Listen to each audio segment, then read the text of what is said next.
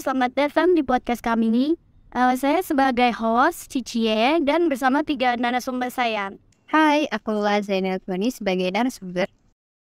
Hai, saya Eka Setiawati sebagai narasumber 2. Halo, perkenalkan nama saya Rendita Mutiara Putri. Kali ini saya ingin mengajak teman-teman bergabung dalam podcast kami dalam pembahasan yang penuh inspirasi dan yang menarik.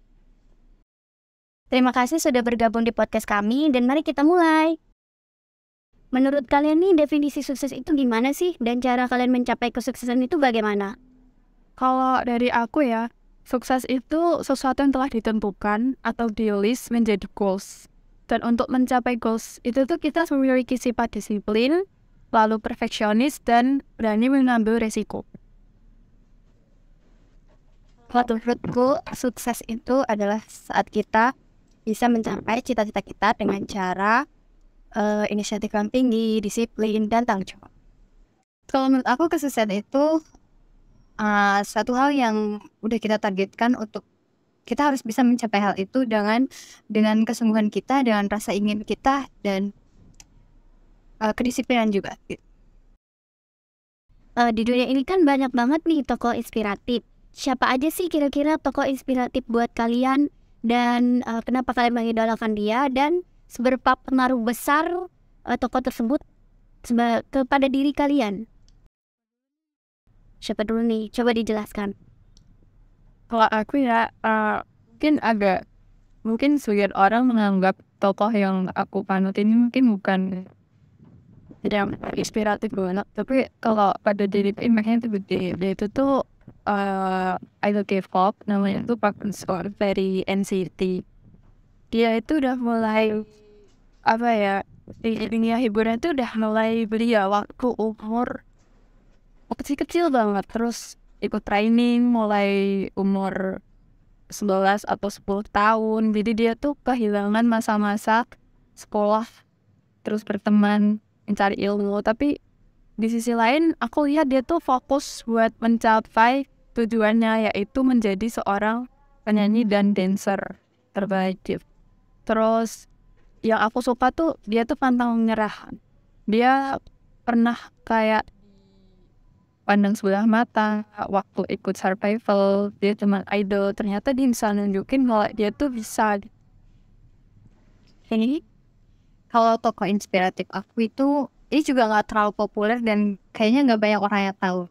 Tapi menurut aku dia ini adalah salah satu yang sangat menginspirasi aku, yaitu namanya Dena Haura. Dena Haura itu adalah seorang muslimah yang mana dia tuh menurut aku kenapa bisa dia menjadi inspirasi aku karena kayak jalan hidup dia tuh hampir mirip sama jalan hidup aku gitu. Dan kayak aku mikir aku juga bakal bisa kayak Dena gitu. Dena itu kayak dia mahasiswa, seorang muslimah, mahasiswa di Universitas Negeri Jakarta. Terus dia bermimpi menginspirasikan seorang perempuan di era di era zaman Nabi, yaitu Siti Khadijah. Nah, inspirasi yang aku dapetin di situ adalah Dena ini dia tuh pengen membuat satu bisnis gitu, di mana bisnis itu bisa dimajukan oleh seorang muslimah yang gak sekedar kayak anak perempuan kayak zaman sekarang kan kayak tergolong patriarki gitu ya, kayak perempuan itu dituntut tidak bisa kerja terlalu tinggi atau jabatannya ya tidak boleh terlalu tinggi gitu. Nah di situ Dena itu memanfaatkan bisnisnya itu untuk memperkerjakan para perempuan itu agar mereka itu tidak yang kayak terhindar dari yang kayaknya persimpangan ini loh, kayak persimpangan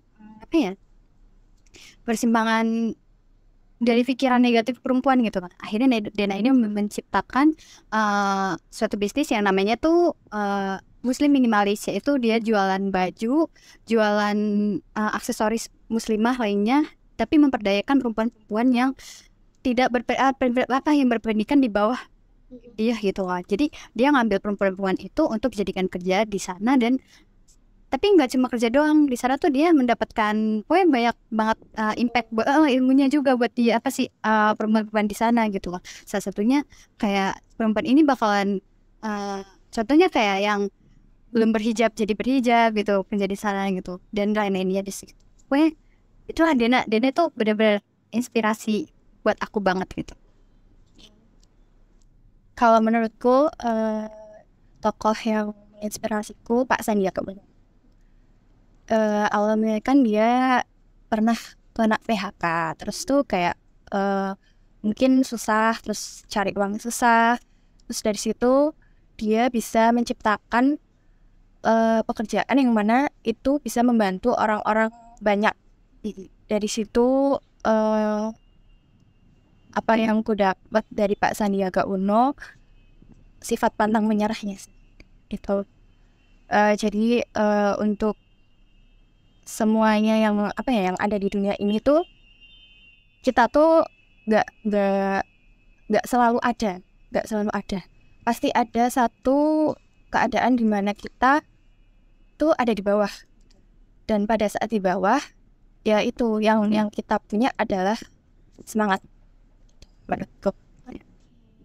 Udah ya makasih ya teman-teman. Kayak sama semua tokoh itu ada kelebihan dan kekurangannya masing-masing, tapi itu bisa sangat menjadi inspirasi buat mereka.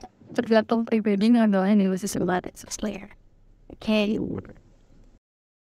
Oke, di sini kan kita mempunyai 4 model personality plus. Ada sanguine, choleric, melankolis, dan yang terakhir ada phlegmatic. Dari kalian yang cocok buat kepribadian diri kalian itu yang mana sih menurut kalian? Coba dijelaskan. Kalau aku yang phlegmatic itu, aku lebih orangnya nggak ribet, besok lebih damai, nggak mau yang ribet-ribet gitu. Jadi kayaknya yang simple, santai. Terus kalau yang ngadepin masalah itu yang tenang aja gitu. Jadi kayak kalem gitu. Kayak gitu. Oke.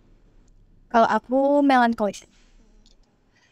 Kayak kalau misal ada sesuatu atau barang nggak tersusun dengan rapi tuh risih gitu. Lihatnya tuh kayak aneh, nggak mau. Harus rapi. Ya, gitu sih. Oke.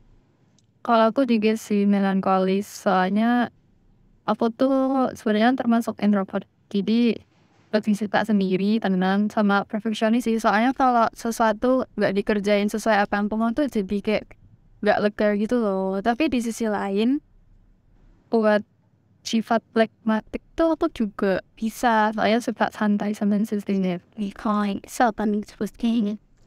Oke. Nah, kalian kan sebagai seorang entrepreneur nih, kayak itu harusnya memiliki sifat yang mana menurut kalian masing-masing? Kalau menurut aku semuanya sih ya tergantung personal. Iya. Karena ada plus minusnya masing. Kan entrepreneur tuh nggak bisa satu loh, nggak bisa populer aja. Tapi itu kok populer aja dia nggak punya sifat perfeksionis, juga kerjaannya nggak apa jalan doin ya. Terus menurutku harus punya keempatnya dan balance. Kayak gitu sih. Neng ada teman kayaknya I'm going to Oke. Oke, di sini selanjutnya kita akan membahas tentang inner beauty dan karisma. Menurut kalian nih, inner beauty dan karisma itu apa sih? Kalau dari aku, karisma itu dulu ya. Karisma tuh kayak wibawa gitu loh yang ada di diri pribadi seseorang. Terus kalau inner beauty sih kayak kecantikan yang terbentuk dari dalam diri seorang. Oke. Berarti yang lain gimana?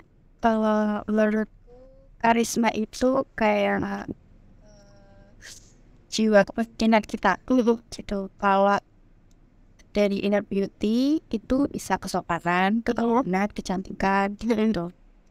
Oke. Kalau dari aku, karisma itu adalah kayak bagaimana kita caranya mengambil suatu keputusan gitu dalam diri kita, dan kayak kita lebih bijaksana menjalani hidup.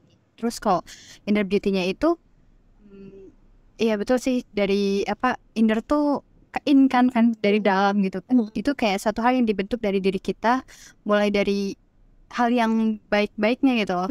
Yang kayak contohnya dari attitude, terus cara kita ngomong gitu kan, terus cara lingkungan di sekitar kita juga. Itu hal-hal yang mempengaruhi ya, inner beauty itu ada dalam diri seseorang. Oke. Udah, terus menurut kalian apakah saya udah memiliki karisma dan inner beauty tersebut? Sudah. Soalnya di lahir tuh udah ada karisma sama energi gitu loh. Cuman bedanya apakah itu akan bertambah atau menghilang? Atau energi itu kan hal yang harus dijaga gitu. Iya. Dan kayak sadar kita tuh kayak kan kita selalu ngelakuin hal tuh kan dengan secara sadar gitu Iya. kan. Jadi kayak inner tuh ya yang udah kita dapatkan itu ya harus dijaga gitu. Kan itu kan bisa jadi akan hilang karena ya itu faktor lingkungan yang bakal mempengaruhi kita gitu. Karena manusia kan udah berubah-ubah. Nah ya Iya, terus upaya kalian masing-masing untuk meningkatkan karisma dan inner beauty itu tuh gimana sih? kalau menurutku sih memperbaiki diri, terus mengembangkan potensi diri. Jadi Kalau aku sih ya disiplin tuh kan termasuk bisa membentuk inner beauty ya. Terus mencoba untuk membuka pikiran nih. Maksudnya kayak apa sih, kayak membuka pikiran gitu, menerima semua opini. Iya benar. Untuk terus juga kita melihat seseorang itu jangan dari buruknya aja, terus mencoba berpikir positif seperti itu sih. kayak percaya banget.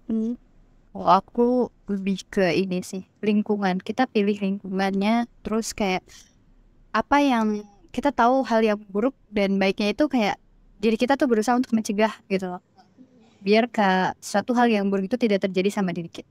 Iya, karena bagusnya kan itu kalau ditaruh di mana tuh kayak iya sesuai tempat aja. Gitu. Berarti udah selesai ya di sini tentang pembahasan kita hari ini. Oke.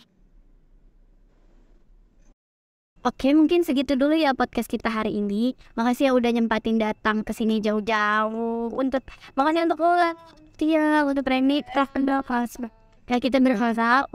kita berharap semoga podcast kita hari ini tuh bisa menginspirasi teman-teman banyak untuk lebih meningkatkan kualitas diri kita. Oke. Diambil baiknya nih, buang buruk. Dan iya kan. Diambil baiknya buang buruknya. Oke. Sampai Sampai jumpa.